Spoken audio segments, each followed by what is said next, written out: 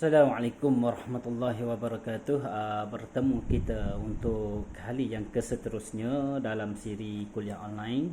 Dan Alhamdulillah pada kali ini saya ingin membacakan kitab juga yang sama, iaitu kitab Wasiat Iman dan Nasihat Agama yang dikarang oleh Imam Abdullah Haddad. Jadi pada kali ini saya akan baca tajuk, kalau yang sebelum daripada ini tajuknya adalah mensucikan hati. Jadi pada kali ini saya akan baca tajuk kitab yang yang bertajuk adalah Jangan Biarkan Hatimu Keras dan Lalai. Qala al-musannifu, berkata Imam pengarang kitab kita ini, iaitu Imam Abdullah Haddad, mengatakan bahawa jangan biarkan hatimu keras dan lalai. Waspadalah anda, jangan bersifat keras hati dan bersikap kasar, sehingga apabila diberi nasihat tidak akan memberi kesan apa pun. Hati tidak akan merasa hiba lagi bila disebutkan mati, dan tidak gentar mendengar janji-janji balasan daripada Allah dan ancamannya mengenai dengan hal ehwal akhirat. Dia minta kepada kita supaya kita berwaspada daripada bersikap dengan sikap keras hati. Jangan kita bersikap dengan sikap keras hati dan juga bersikap kasar. Kerana apa? Bila kita sentiasa bersifat dengan sifat keras hati, bersikap dengan sikap yang kasar, ia akan menyebabkan hati ini tidak sehingga apabila diberi nasihat tidak akan memberi kesan apapun.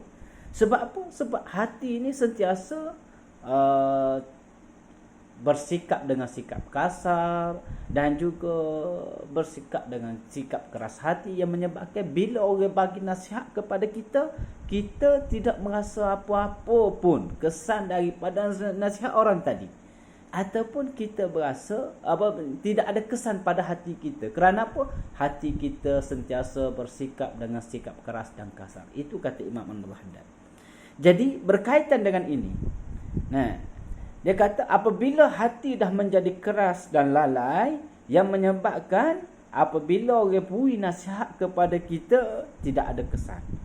Dan bila hati dah keras, maka tidak merasa hiba. Tidak akan merasa hiba lagi bila disebutkan tentang mati. Contoh, bila orang sebut kepada kita tentang mati, kalau hati kita ni jenis keras, kita kata biasa semua akan mati, tidak berasa takut. Akan tetapi kalau hati kita yang sentiasa kita basahi dengan zikir, dengan nasihat-nasihat, bila disebutkan tentang mati, tentang akhirat, maka hati akan gemetar. Hati akan rasa takut, hati akan merasa hiba, mengenangkan nasib di hari akhirat nanti. Itu yang sebenarnya. Sebab itulah dalam kitab ini ditekankan kepada kita berkaitan dengan jangan biarkan hatimu keras dan lalai. Sebab dia buat bagi kepada kita, dia hadirkan kepada kita satu hadis Nabi SAW, yang mana Nabi SAW bersabda, ab'adul asya'i minallahi ta'ala al-qalbul qasi. Yang amat jauh kepada Allah Subhanahu wa ta'ala ialah hati yang keras. Bila hati keras, maka tidak ada apa-apa lagi. Bila disebut tentang apabila hati keras, maka dia jauh daripada Allah. Sebab orang yang hati keras ini biasanya orang yang tidak solat, orang yang tidak solat dan seterusnya, tidak melakukan ibadat puasa, tidak mengeluarkan zakat, tidak melakukan kewajipan-kewajipan yang Allah Subhanahu wa taala fardukan kepada dia. Baik, jelaslah dalam hadis ini Nabi SAW mengatakan kepada kita bahawa yang amat jauh kepada Allah adalah hati yang keras. Jadi jangan sekali-kali kita membiarkan hati kita ini menjadi keras dan lalai.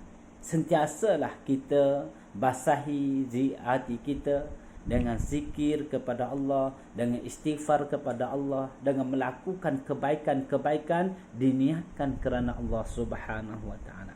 Baik, ada hadis lagi Nabi SAW bersabda, minal asya'i arba', minas saqa'i.